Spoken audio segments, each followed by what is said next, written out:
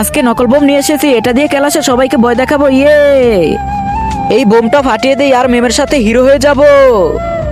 আরে আমি তো গ্যাস লাইট আনতে ভুলে গেছি, যাই গ্যাস লাইটটা নিয়ে আসি। ম্যাম টয়লেটে যাব? হ্যাঁ যা। পিন্টু প্রত্যেকবার ম্যামের হাতে আমাকে মার খাওয়ায় না, আজকে আমার সুযোগ এসেছে, এই আসল বোমটা দিয়ে ওকেই ফাঁসিয়ে দিব। এই তো ওর ব্যাগে থেকে নকল বোমটা নিয়ে আসল বোমটা রেখে দিই, ও বুঝতেই পারবে না।